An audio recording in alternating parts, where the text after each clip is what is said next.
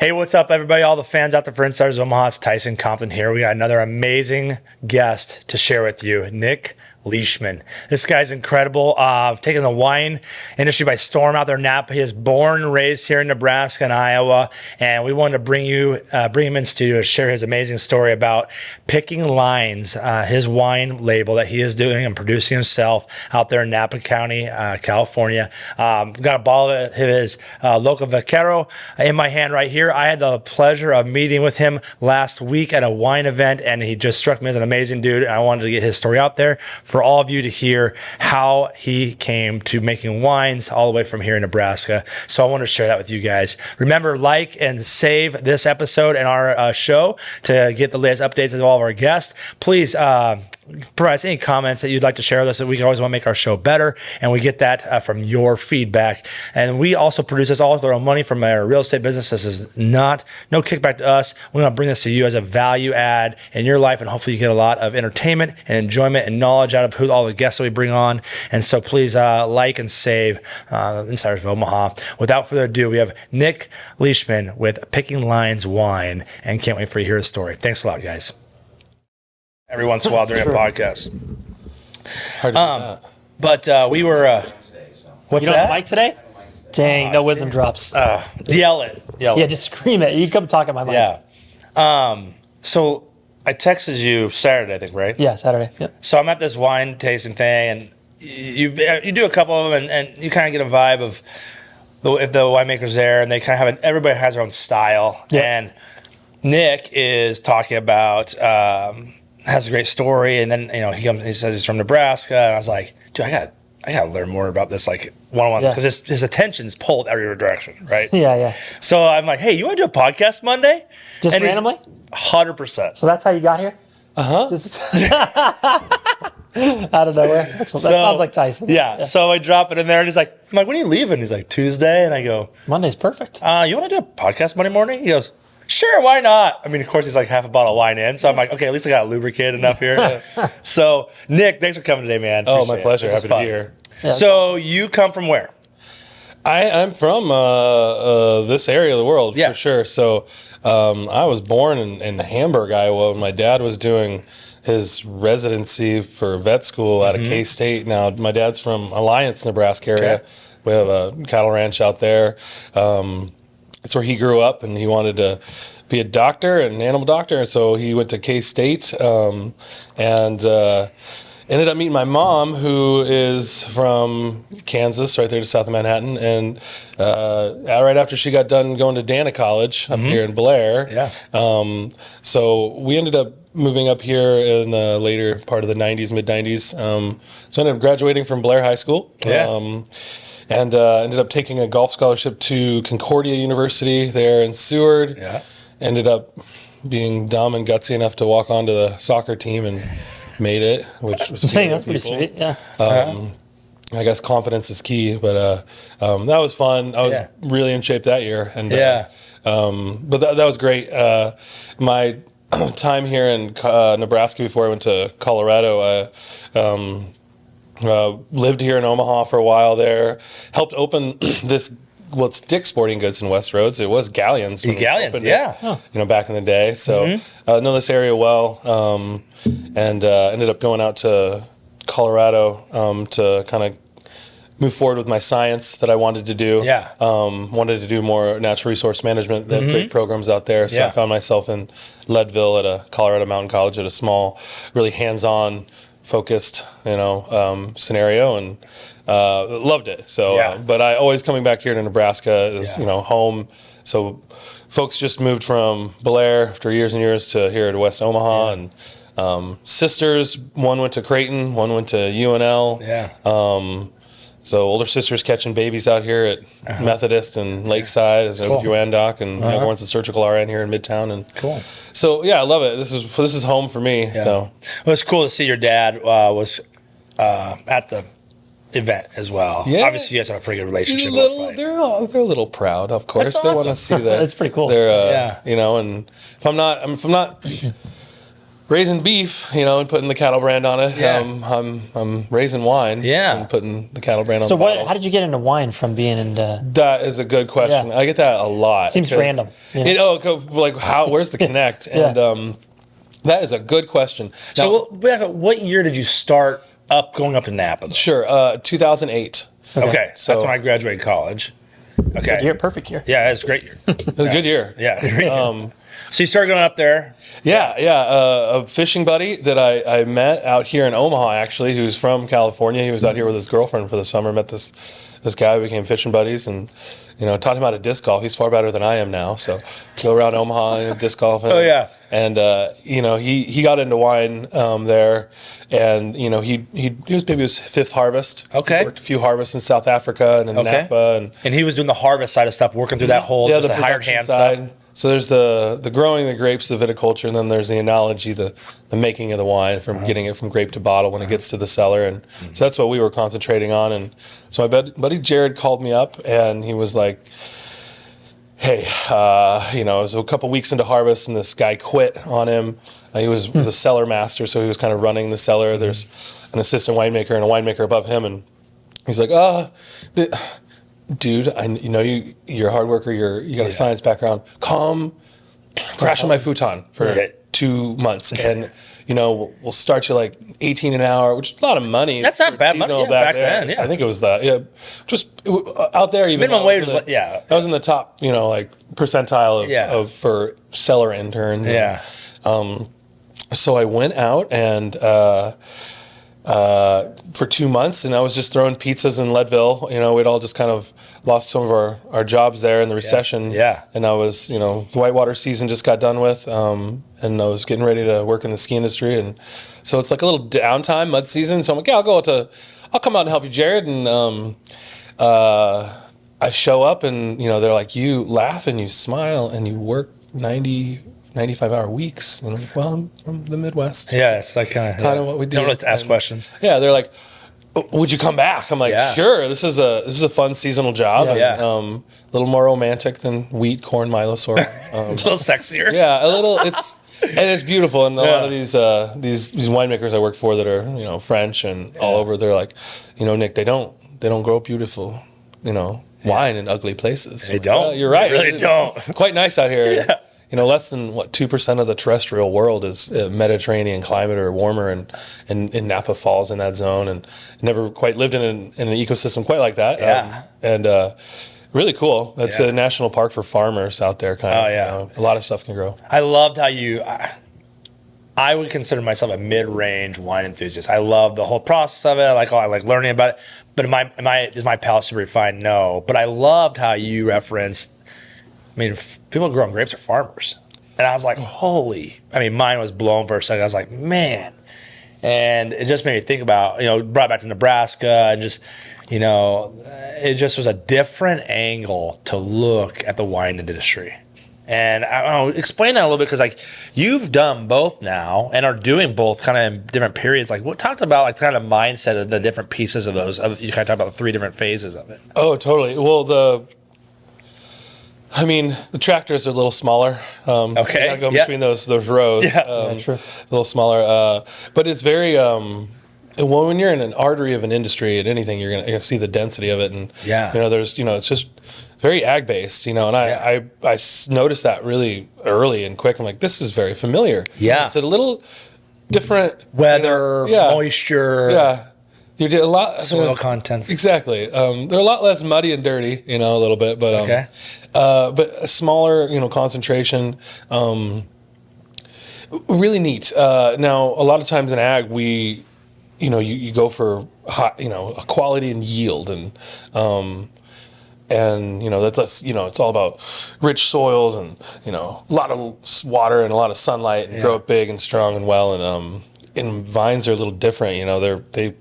They really excel when they're stressed, and they don't have that much water, and they're growing in rougher soils that aren't, and that's something Is that why you see them on mountainsides and stuff a lot? Oh yeah, that's it's tougher to grow there, and if that vine's not gonna that has everything it needs. It ain't gonna You're not gonna grow. worry about dying.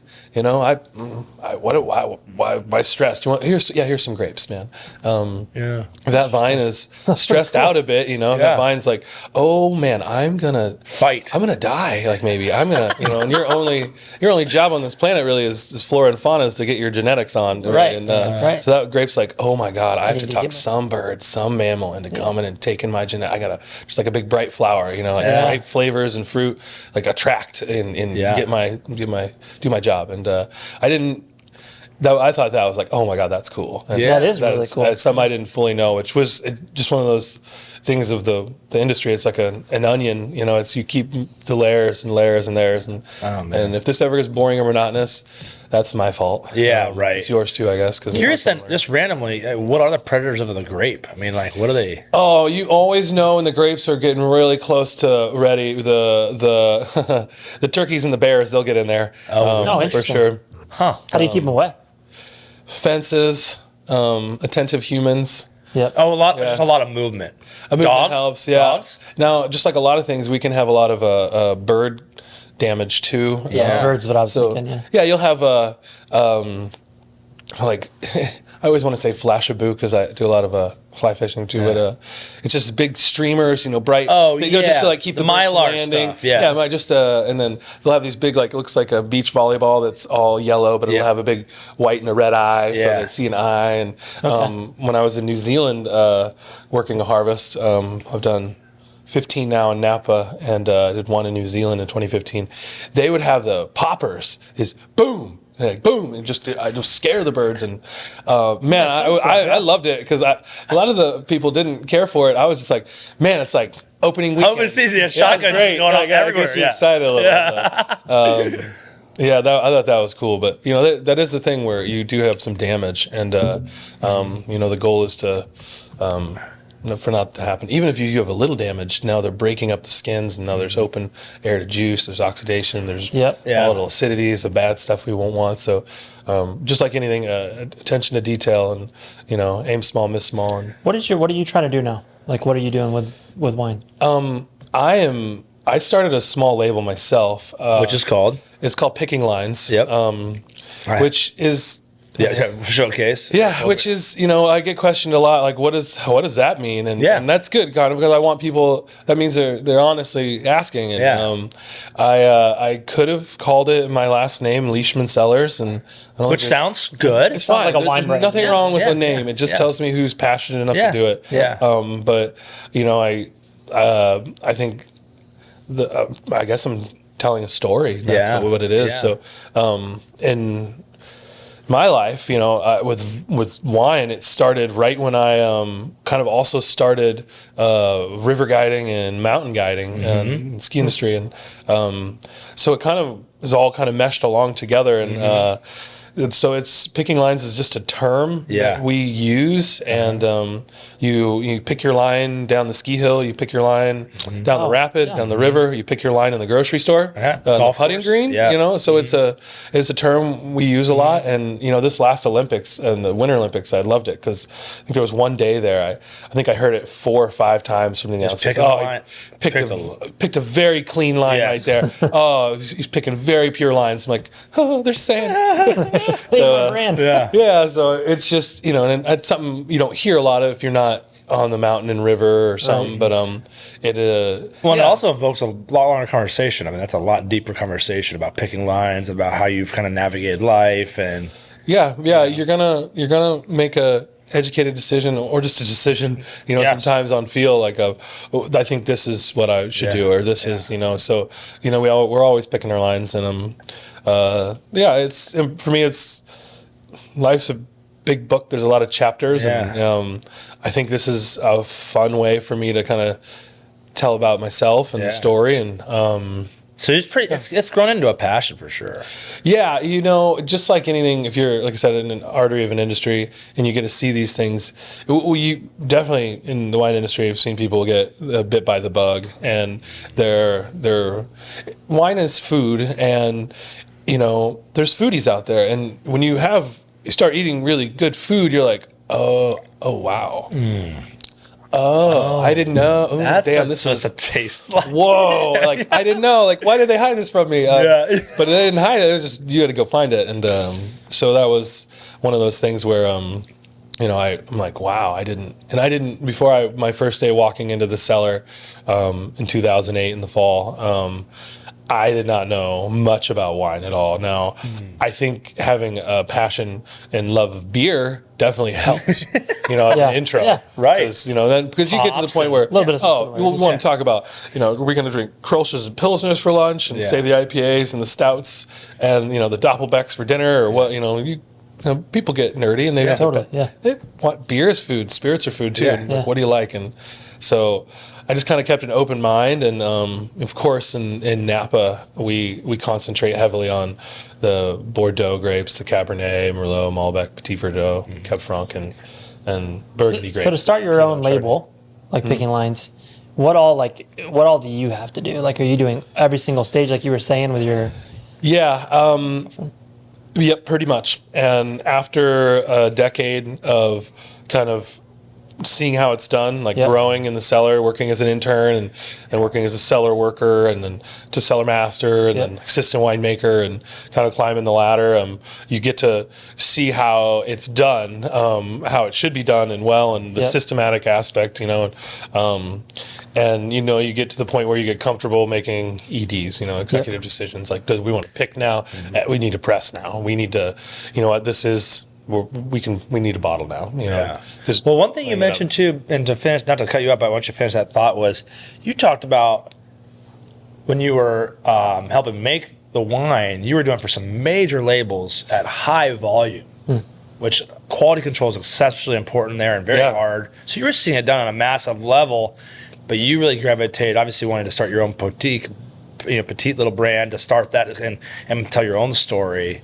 I mean, that's a vast array. Not everybody's doing Yellowtail and Barefoot. You know what I mean? Like, you're doing high quality, small production. Yeah, I fell right into the maybe the highest tier in Napa you can find almost, and I was at a Fantesca State and Winery there in Spring Mountain my first year, and I had no idea who Heidi Barrett was, who started, made Screaming Eagle as famous as it is, and just one of the most famous and one of the best winemakers in the valley. Didn't know who she was. Which means like the world, literally. And I didn't know who Julian Fayard was, who was working under Philippe Melka, who we were doing custom crush labels there at Fantesca. I didn't know who those French guys were at all. Sarah Gott, whose husband Joel Gott is, they see that all over the country. And Joel Gott. And and Diana Snowden was there. There's a lot of, and I didn't have a clue who these people were. I didn't bliss, right? I'm going to kiss your butt. I don't know who you are. I just got off the Arkansas River running whitewater all summer with these crazy guides, and I'm like, I'm gonna respect gets respect. And I'm gonna give you tons of respect. I'm gonna learn from you, but I don't. And then after about 6-8 weeks, I'm like, everyone's jaw drops when they say their name. And apparently these, I kind of started learning, like, oh, I got lucky, and I started at a very high tier. And thank you, buddy Jared, for getting me there. But, Seriously, but when you get that point and you're learning and you're like, I get this and this. I know why we're doing this. What are you doing this for? Like, exactly. And if you just lay it out like that, they're boom, and you get to learn how to hit home runs from all stars. So that's awesome. Which I got really lucky, and which is part of the reason that I got bit by the bug. I didn't. You can come in this in a lot of ways, and I kind of started there. And we deal with ultra premium wines. These are the top tier. We compete against the world with the quality. And there's definitely a different vibe walking through a vineyard than walking through a corn row. At least for me. Yeah. Definitely. Yeah. A little different for sure, and and also the average for great prices throughout the country, and then even in Napa, you're dealing with fruit costs that are these it's $12,000 to $25,000 per ton of this high end fruit, and the average in the valley, at that time was probably around $7,000 or $8,000. It's up to about $9,000 now per just a ton from Napa County, of any fruit, not designated, areas of high quality, but so. I got to work at that level, and you get to see how they work with.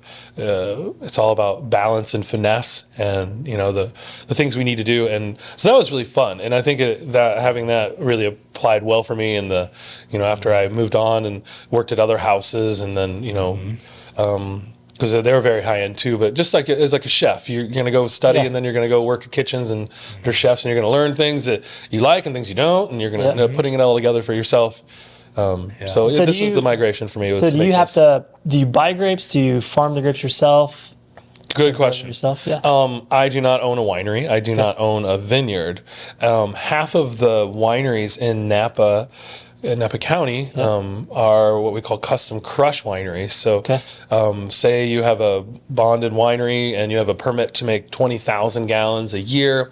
But with your program and what you do, you only use 14,000 of those gallons. That's what you make. So you have this chunk that you're not really utilizing. So you can have clients come and use your facility and crush their grapes and have them fermented and made there, and you'll get charged per ton a fee, and then each barrel I get charged storage fees every month. So it's arbitrage on the grapes they already own. Yeah. So they're utilizing space. It helps them keep the lights on. Bills are getting paid, and for me, I'm able to I don't have to put all that money into buying a winery or a vineyard. Equipment, overhead. My job is, for me, at this small label, is to go hunt and go find great grapes. Really, I can't afford great grapes, pay $20,000 for great grapes, but I can afford really, really good grapes. And now I have to go find it. That's my mission. And 1 out of 10 vineyards, I'll go check all the little things that are lined up to where I'm like, wow, this is the right varietal, the right place, the right soil, right angles, around the right rootstocks and clones. And this farmer really cares to this small guy. Like he genuinely, and they're all different, so I'm able to snag some, 2 tons or 3 tons of beautiful fruit here, go ahead and make it at this facility. And, and I wouldn't have really had the confidence to do that if I didn't work under, some custom crush consultant winemakers, that they do this same thing, and you get to see how they do it. And you're like, I could go find things. And, so the majority of your job is finding? Yeah, so I'll go find fruit. Like this vintage here, I just finished. We just got done, a couple weeks ago. What kind of wine are you making this? So I had 4 lots that I bought. I got in this year. I got 2 lots of Syrah, Cabernet Franc, and a Petit Syrah. And nice. So small batch. I got 2 tons of the one Syrah for my River Runner Red. I got, it ended up being about a little more than I thought. That's farming yields. Until it's picked, you just don't quite know exactly. So another lot was around 5 or 6 tons of Syrah, 3 tons of Cab Franc, and 3 tons of Petit Syrah.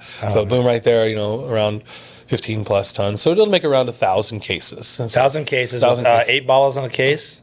12 bottles in a case, a barrel. I usually get 2 barrels of wine out of a ton of fruit, which ends up being about 50 cases. Okay, cool. It's a small batch. When I initially started, I was making 150 or 250, and then eventually trying to grow it so where I can make it a viable scenario where it's not just a hobby and it's taking a lot of money. Yeah, exactly. And because you want to, if demand catches, you want to have supply. So it's awesome. Yeah, it's kind of I'm still learning, but I feel confident in what I'm doing because of the time. Now, I could have started making wine after my 4th harvest, and I'm sure I would have been fine, but I think, the goal is to have even the bottom third of your wine be amazing too, not just the top third. So, just making sure everything is, you aim small to miss small, and the quality is there. Mm-hmm. Now, how are you getting it out there? Like, how are you selling it and getting it out? Right on. That's a good question. I do what they call DTC, direct to consumer, primarily. Awesome. So right off the Tesla website. model. What's that? Tesla model. Like just go straight from the factory. Yeah, direct to consumer is good. On your website.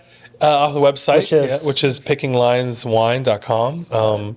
So that's how, to be honest, about half the wines are kind of sold right there good. from Highest people in margins Napa. for you.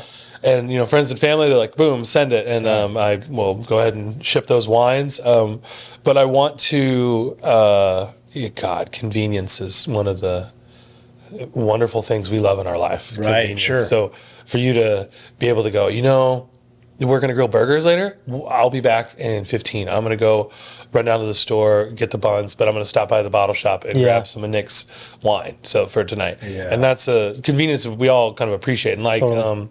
So I would love to have these wines back home in this market, for friends and family. And I like the growth of this community here, and and then there's a demand for sure for wine. Now, the demand is definitely very high for Napa Cabernet out here. Sure. But I think wine lovers love all sorts of wine. They just want the quality to be, good, showcase the fruit, the depth, and the balance. Yeah. So I wanted to have these wines in this Nebraska market. I want them in Omaha for sure, and Lincoln. I feel like you have a direct lineage too to like getting with Hy-Vee being an Iowa-based store. Your dad's from Iowa, you're from Nebraska, the two biggest hubs for Hy-Vee, and they have their own bottle shops too. Yeah, it's true. It's true. Hy-Vee, if you're listening, I will say that I've had to. Since I am a very small label, it's easy to get lost in the bigger portfolios of some of the distributors, and so I'm very happy to have the Chieftain distribution that I have, a small kind of boutique. Small distributor, and they kind of concentrate on focusing on certain places they know it's going to sell well. Yeah, that's good.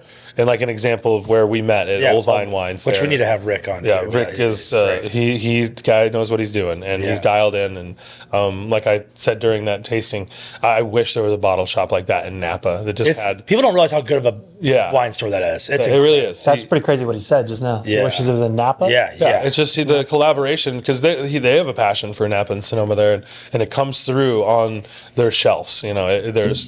So, but it's also personal for me too, because I walk in that thing and there's like literally a dozen labels in there that I've had a hand in making, and I'm like, they have this here. Yeah. Oh, awesome. Like your kids. Cool. I get excited. I'm like, damn, I'm gonna spend some money right now.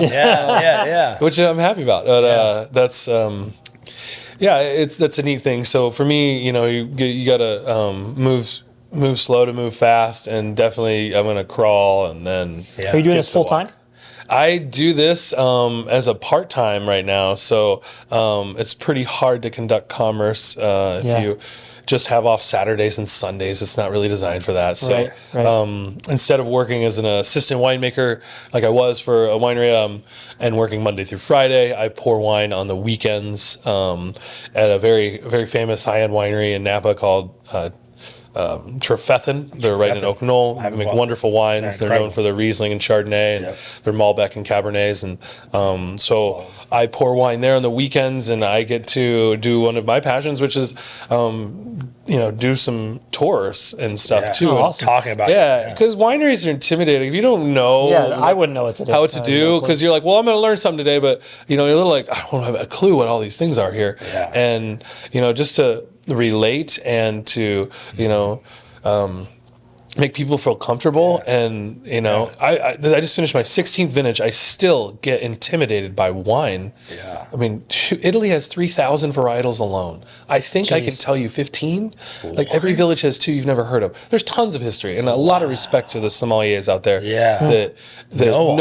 I could never do that. I can't even do fantasy football. I can't remember all the damn names.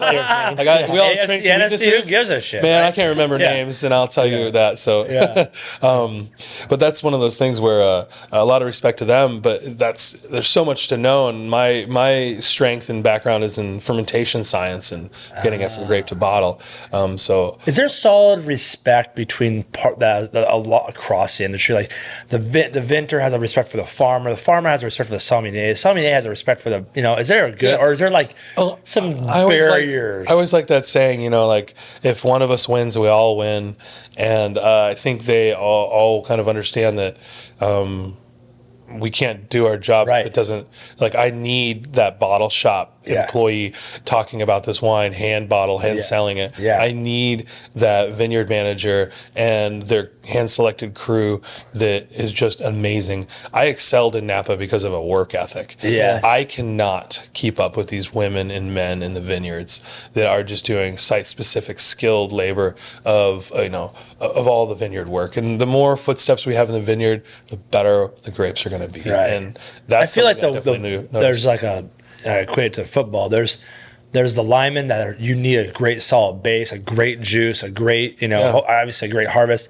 And then like you have your auxiliary players that are really, catching the attention, people who can tell the story, the people that can get out in production and and it's really neat, and it's a large community. And one thing I didn't fully understand when I got in the industry that I really thought was neat was that, like in Napa and Sonoma, for example, right about now we have about 2,000 people, I'd say, around there, that are getting ready to probably leave California sometime in the next month or two whenever their visas go up. We had about 2,000 people up from the southern hemisphere into Napa and Sonoma, from South Africa, Kiwis, Aussies, Chileans, Peruvians, Bolivians, Argentine. They're all up seeing how we make wine there. Wow. They want to see how we do things in productions, and they want to, and that's great, just like a chef working in different kitchens.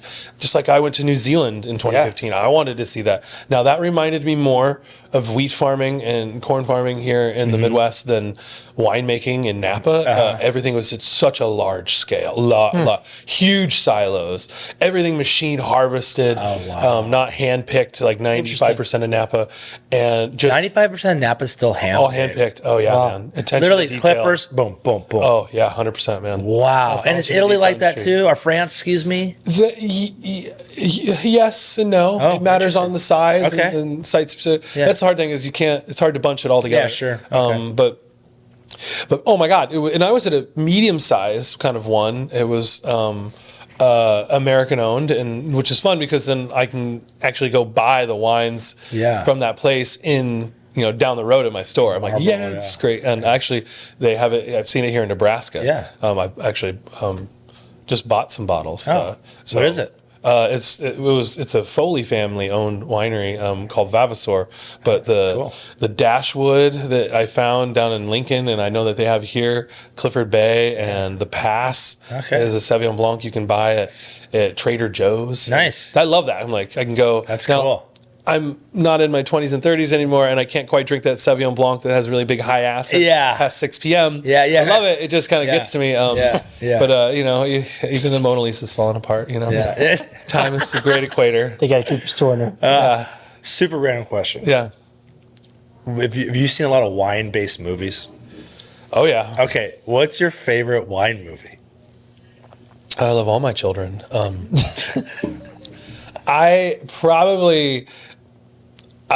Bottle Shock's great. Bottle Shock's great. It is, and that's personal too. It's a fun story. Yeah, well, hippie era, like 1970s. Yeah, Bo Barrett, his wife is the first winemaker. Heidi Barrett. It's incredible. It's a small. There's small farming communities out there. Have you ever seen Bottle Shock? It's incredible. Everybody knows everybody. Like a lot of eye contact, a lot of handshaking, a lot of just like here. In the Heartland, and I love that one. It's so good, and but it also tells a story. Like our great grandparents, if they were drinking wine, it was from Italy or France. Yeah, we can drink wine from Canada, Mexico, Greece, Chile, Chile. We all over the world, and that's a cool thing that we have now. So I think the Bottle Shock is just it's the Judgment of Paris story. Those French judges chose American wines over French wines blindly. Blows your mind. True story. And and they went back 30 years, did the same thing. We won again. No way! I didn't. I didn't know that. And it's one of those things. Trefethen that I work at, their Chardonnay got entered into the wine competition in Paris in '79. Trefethens didn't even know it. And the same guy, Steven Spurrier, put their bottle into competition without them knowing. Yeah. And they won. That's awesome. They didn't even know? They didn't know. Wow. Apparently John got a phone call and he thought it was like a college friends messing with him. And he's like, okay. And I think CBS dropped a helicopter on the lawn the next day. Like, hey, we need an interview. And so it just kind of, I think it just harps at the quality that we can do there. So recently, in the last few years, there has been a major shift in the beverage industry. People have been going away from beer, Yep. been becoming more spirit heavy, and obviously wine has gotten more popular. Yep. Have you been anecdotally? Are you seeing that happen real time? You are seeing this is a statistic we were talking about. Now, this came out over a year ago, I think a year and a half ago, this stat. So it was less than half of the youth, the consumers 21 to 25, less than half of them have ever tried a Budweiser product. Yeah. And I heard that, I'm like, how in the hell is that possible? Because even with the seltzers, they're drinking, but the youth are drinking more spirits and wine. Yeah. And I don't know, maybe they're getting their carbonation from their sparkling water instead of their beer. I don't know, but I don't have an answer for that. But yeah, the growth is happening and the demand is higher. I mean, you're seeing rosé is the most growing type of wine for the last 6-7 years. Well, it's pretty universal, yeah. Yeah, it's. I mean, that's us. We're picnic wine drinkers. Open that door, grab that cold bottle from the fridge, pull that cork. Let's go. Yeah. And that's kind of a little of our culture That's too. cool. So you're seeing a growth. One thing too, I hope, and this is selfishly, wine to me is such a communal thing, from church to celebration, where spirits is more of like or beer is more as a volume thing, and social. Yeah. Another thing I think about wine, you don't ever see me like binge drinking wine. You know what I mean? It's like pretty rare. It's like this very community based, fluid. Yes. It's just like nobody's food. really asking, well, what'd you order? No, everyone's just enjoying it. Pop the bottle. It's check the cork. Yeah, kind it's got so. That's why I love it, because it's got so much history, man. People have been doing this for thousands of years, and then people will be like, well, why do they do that there? Like, well, because they've been doing this for 3,000 years. Yeah, we have about 100 years of winemaking after Prohibition in this country. If it's good enough for Jesus, it's good enough for me. Yeah, 100%. So yeah, exactly. So it's Jesus was a winemaker, dude. Yeah, he did a lot of things. He turned water into wine. Turned water into wine. Yeah, he made wine. Yeah. one of the most famous winemakers. Yeah. For sure. What are you looking forward to most? I mean, as you started to kind of evolve into this. Yeah. Well, I just kind of, as we touched base on earlier, family is a very important aspect to a lot of us, and especially me.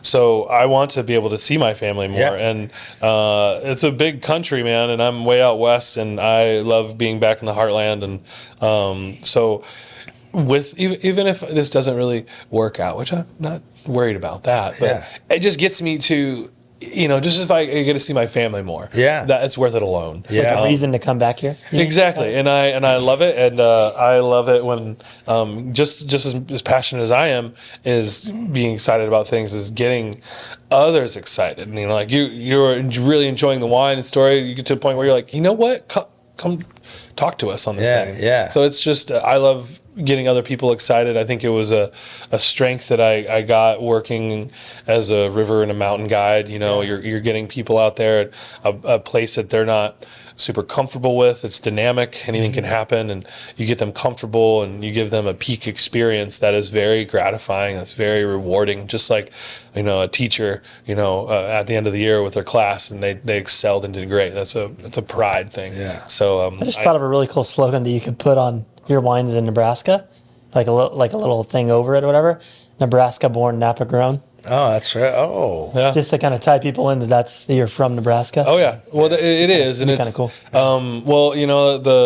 The Unless it says Nebraska, on the the base bottle, cattle brand is on all the bottles, Yep. right there too. So Oh, it says it on there? On your bottles? yeah, right there on the corner. So Yes. it's on the cattle, it's on the bottle. So That's cool. talk us through. So that's your guys' brand from the Ranch on Alliance. Yeah. So that's a quarter circle spear. That's our cattle brand for. My dad has had a passion for beef since he was growing up. That's And pretty went cool. to vet school and fell in love with the limousine Yeah. breed genetics that are based out of France. And, over time too, he definitely learned and understood the depth of Wagyu, and so we have the Akishi Wagyu and limousine beef that we produce, purebred, and we have Are they all grass fed too? well, we will combo? grass feed, but we'll grain finish. Yeah. I think that's important for sure. And we don't sell tons of beef. A few will get taken care of for family, personal, and that. But really, we're still dealing with like genetics and the embryos and the selling off, That's which is good. That there's a that's a big demand deal. that needs to be filled, and people love it when It's they like have horse consistent- breeding. Yeah. It's crazy. They literally sell the cow Dude, I've semen. never It's heard nuts. of that. Yeah. Yeah, it's a crazy thing, but and my dad can talk about cattle and genetics like a master somm can talk about wine. Oh. And it's fun. I still learn from him. so Something you said earlier, Nick, actually stuck out to me because I've been thinking about this a lot recently. And you said something to the effect of like, once you get into any industry, there's so much depth to it. And something that actually has always driven me nuts is like everybody thinks they can do stuff because they think it's so simple from the outside. Oh, yeah. Just as an example, just because Brandon does real estate, they're like, I'll just sell my own house. Yeah. And I'm like, yes, you can do things, but you don't know the depth of the thing if you're just kind of trying it. Yeah. You know what I mean? Especially doing something at scale. There's so much depth to stuff, to every industry and everything. There's so much depth. Yeah. Like winemaking, people are like, yeah, this is how they'll summarize it. Yeah, you crush some grapes, ferment them, and you put them in a bottle. Yeah. You're like, yeah, technically that is the just that's- fermented grape juice. Yeah. exactly. Yeah. Dude. Drink it like it. That's how everybody talks about stuff. I've been trying to ferment flour for the last week and a half out of Eichhorn wheat. It is brutal. It still has. I still can't cook with it yet. Yeah, because there's all these little finesse things within everything. No, it's brutal. That you don't know how to do. Yeah. Yeah, you just don't know what you don't know. Yeah. It just, anyways, it made me think of that. Like every single industry, there's so much depth. Yeah. And only, as a person, you can only get deep in so many things Yeah. without your capacity going away, So one It thing drives me nuts, actually, that people simplify things. you've talked about before too is like not only is there thought and consideration on the front end, but like even on the back end, like the label. And people Yeah. There's so much depth. To talk to us through the label on right now that we're Totally. looking at. Well, I mean, I think being, I've even living in Colorado, I was selling wine at a bottle shop and Gunnison, and when you're around the industry, you notice everyone's packaging, too. Mm-hmm. Oh, sure. And it's just it's obvious. And there's some that stand out, and some that are, and also you have the traditionary aspect where by law in Italy and France and some places they have to be this. There's no you deviation. can't flare your bottle, man. It's because it's a baseline, and in the U.S. here, like I said, this is a Wild West, man. We do what we want, how we want, when we want. We're regulated in aspects, but if you want to, you can put all sorts of stuff on your label, but just as long as you have the government warning and all this stuff where it's made. But we call this is actually the back label, and this is what we call the front label that has all the information. The government warning, that's the front label, and then the back you can do a lot. And so I like to call them trifectas. So as bottle shops are showing you the back label all the time. Because it's the story. They want to show you the story first. Yeah. It's a cover, and then you open up the cover. That's funny. Yeah, exactly. Which I didn't understand either until I got in. But we call them trifecta. You got a good juice in the bottle. Mm-hmm. That's important. Good story, and then have a good label. Yeah. Because raise your hand if you've ever label shopped. Oh yeah, I mean, for sure. I still do it at times, and all over the place. Just and did a lot Costco of last industries. night. Yeah. Well, especially the microbrew beer now. I mean, it's there's so 20 much. years ago it was Fat Tire and Sierra Nevada. Now it's every Things. door in the thing, except there's one door that has like the Miller and Right. whatever. Yeah. And but yeah, and I that's where I label shop now is beer. But I think it's important to have an important label. So for me, my original source, I found some beautiful Syrah right there in the just in the East Bay area, then the Delta, just southwest of Sacramento and Clarksburg. Some beautiful Syrah. A friend who's a winemaker at a place in Napa, they were sourcing some Tempranillo from this vineyard, and beautiful fruit, beautiful wine. And so for there, I was like, well, the quality off the vineyard is really good. I know. So checked through and then made the decision and bought some fruit. And so since literally I can hit a pitching wedge into the Sacramento River from the vineyard, like it is on the river. And I'm a whitewater guide, so I was like, okay, this is going to be my river runnerette. This is my wine. I want to get this to river communities and places. Yeah. And, because I've drank a lot of really cheap basic wine in bags. on a because the river corridor in the most beautiful places in the world. Slapping some Franzia and crushing some Boda box. That totally has happened, man. Yeah. But because you can't get glass in some of these places. I don't know how many people get so excited about this $150, $200 bottle of bourbon they want to bring on this 4-day river trip, and I got to walk up to them with a roll of duct tape. Like, okay, tape it up, man. Yeah. Or dump it into a Nalgene or something. Yeah. Because they can't. That's an inflatable raft, man. I don't. Glass is not our friend right now. Yeah. So they're like, but it's such a cool bottle. Like, don't care. Who cares? Like, so the potency, and I think eventually I would love to get that wine to sell a bunch of it in the Grand Canyon. Yeah, that'd be cool. Fork of the Sam. I want these river guides and river folk to enjoy good wine made by. I made it for them with the mentality for them, opposed to just something I find. That's cool. So it tastes good, chilled, or right room temp. Hell yeah, great. Yeah. Delicious all times. What's so the cowboy on this one is a family member, right? Yep. So I have that River Runner Red, and I have some more elevated wines with the ski label on it. But this is what I call the local vaquero. This is some random wine that I, just like the dynamics of farming, every harvest is a little different, and sometimes yields can be a little up, and their contracts, might not get, or might get completely filled, but there might be a little more fruit hanging in the vineyard, and there's an opportunistic aspect where, like, oh, well, this guy just dropped this contract, where beautiful fruit that's not really available because it's people know it and it's contracted out, and no, you could never get that fruit, but it'll pop up available, and so I've contracts fall through. Interesting. Yeah, and I didn't understand that either until I got in the industry, and I've gotten my hands on some really beautiful Tempranillo, Spanish varietal, and some Petite Syrah too, and they're at price points that are workable for sure, and so I can get bottles to people for, the goal is that $20 to $40 range is a really good spot. It's hard for almost anyone to buy a bottle of wine that's over $40 that they've never heard of. Fair. People are. It's tough, because 80% of the wine you're buying out there, you've never got to try. So you're gambling a little bit, and that's one of the hard things. It's like, well, I don't know what it's going to be.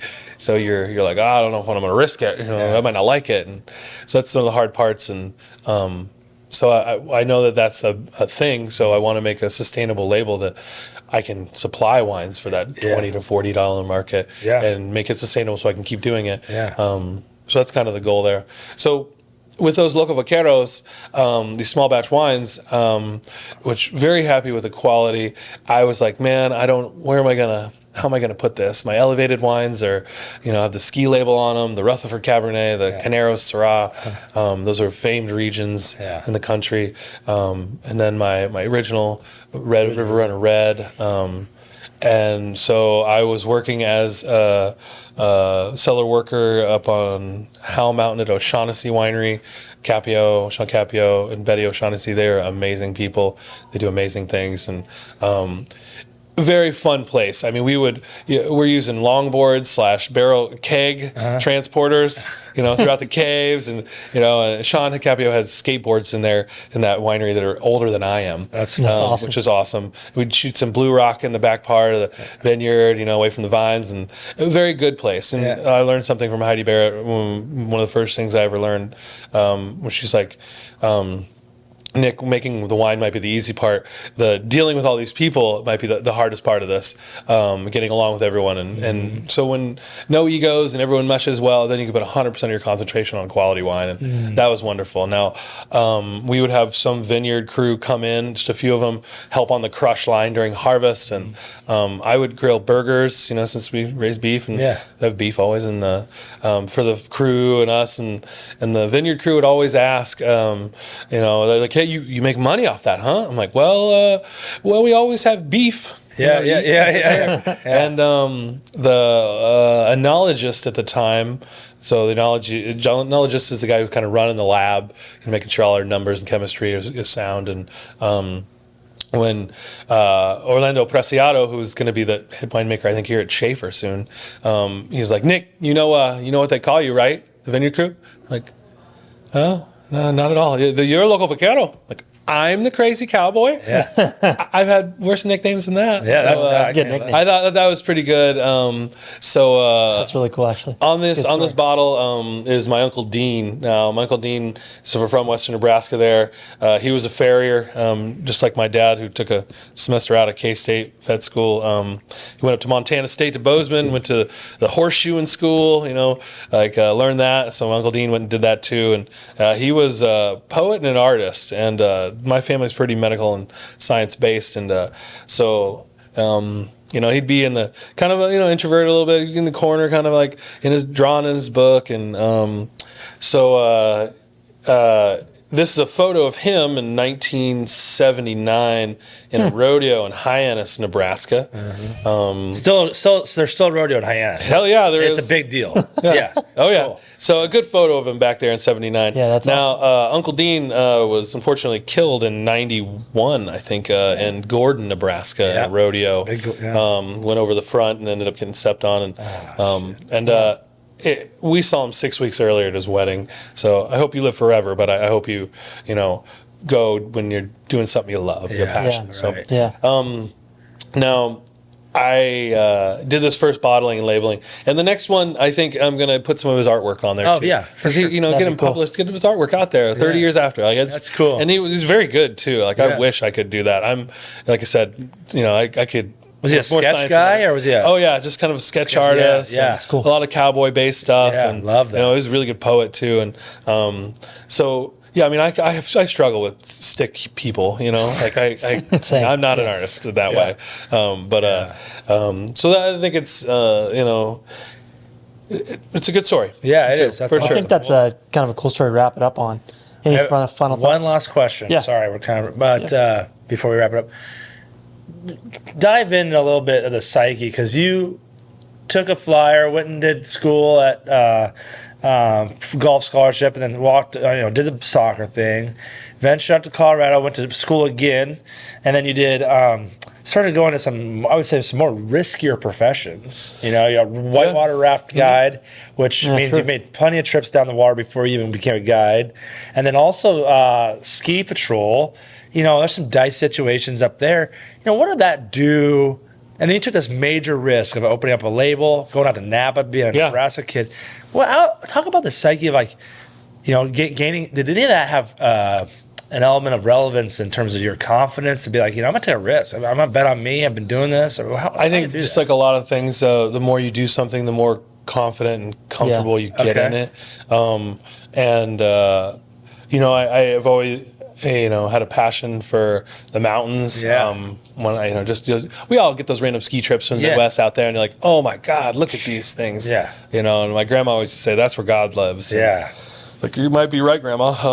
So I had a passion, went out there, and was very I went out there for science. That's what my passion was. And I got to do a lot of EPA, BLM, geological survey work, a lot of reclamation science. We were fixing mine waste. I loved all that work.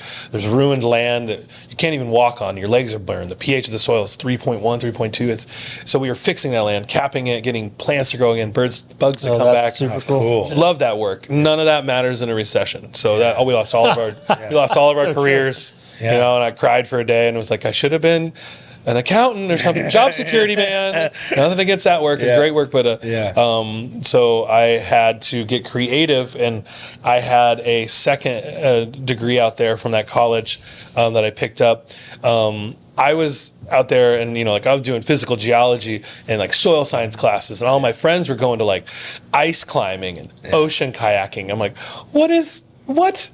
Yeah, it's not fair. Yeah. I was, doing natural resource management degree scenarios, and they were doing outdoor recreational leadership degree. One of the top degree for guiding in the country, I think, besides Prescott. Wow. And very high end. Some amazing professors, people who established Knowles and Outward Bound. Yeah, like, these are wonderful leaders. Yeah, and so I was like, well, I just didn't petition to graduate, so I kept my in-state, got my Pell Grants and all that. So I got a free degree pretty much. Oh, that's sweet. Which was, I thought, where it was smart. Like, worked out, and then I got to go do all these things, and so I got my guide kind of training and certs, and so when all those jobs dropped out, I was able to lean on that other degree. So I went and got a job as a whitewater guide there on the Arkansas River in Colorado, and worked for a great company called River Runners, and ended up working at their other big wine river company they had at the time out in Dinosaur National Monument, so out in the northwest corner of Colorado into Utah. So the Green River coming out of Wyoming and the Yampa coming out of Steamboat. It's like a mini Grand Canyon, and that was amazing to do multi-day river trips. So I love that. I was guiding for about, I think, 6 years commercially. Wow. Loved it. And Seems like a fun time period. it was a great part of life, but I was also doing wine then too. Yeah. And, in the ski industry. So I was doing taxes in like 3-4 states a year. Yeah. I was seasonally, transiently moving. And I think you build confidence and you get comfortable with this thing and seasonal aspect. And wine ended up winning out. Hardship became a passion. A little more sustainability too. Sure. So that's kind of, you get comfortable in that environment. And I did some ski patrol. I had my wilderness first responder, so I would be a couple times a ski cooper, put on as backup ski patrol. Couldn't be a primary, but I'd go help. I pretty much just moved pads on posts, pull them up and pack them down. And, I'm like, I'm getting paid to ski around. This is hilarious. Yeah, That's awesome. Okay, fine. And very wonderful place. And a lot of respect for those amazing people at Ski Cooper. That's awesome. But I worked on their backcountry ski tours there too, which was great. I get to make wine in Napa. That was the best job I'll ever have in my life. Yeah. Yeah, I was that's working as a awesome. cat guide. So that was cool. wonderful. So I think being comfortable and staying calm in dynamic environments that you learn in your medical training, you learn in some of this guide training, I think makes sense, helps in wine because you can't be too dramatic and too like quick. Oh no, we gotta fix this. Yeah. Those really high end winemakers are like, Nick, wine, best thing to do is not touch it. It's alive and moving, and just you're a shepherd. Yeah. If you don't need to do anything, don't. And that wine, we'll go try that wine. Let's go back in 3 months out of the barrel. Let's try it again. It's different. Yeah. Because it keeps on moving too. You're alive. You're a different human than you were a year ago. Wine is too. It's living and moving. So That's a great lesson. Yeah, That's it is. awesome, man. Thanks for sharing that. I didn't mean to keep us a little longer, but Nick. Yeah, thanks so much for coming. it this was is badass. fun. Yeah. I love being able to get these wines here to Yes. this community. This is important to me. Well, we'll definitely put it on our website and our link here for everybody to be able to Definitely. get in touch with you and also be able to purchase some of this awesome stuff. And I've had this juice is good. I enjoyed we tried every bottle that you had, and it was awesome. Hell yeah. So you will not be let down. And if you have any more questions, you'll be able to know how to find them after I'm going to put this up on the Yep. podcast. Appreciate it, man. Thanks for your Thanks a lot, time. Nick. Thank you guys. Peace, guys. Thanks, guys.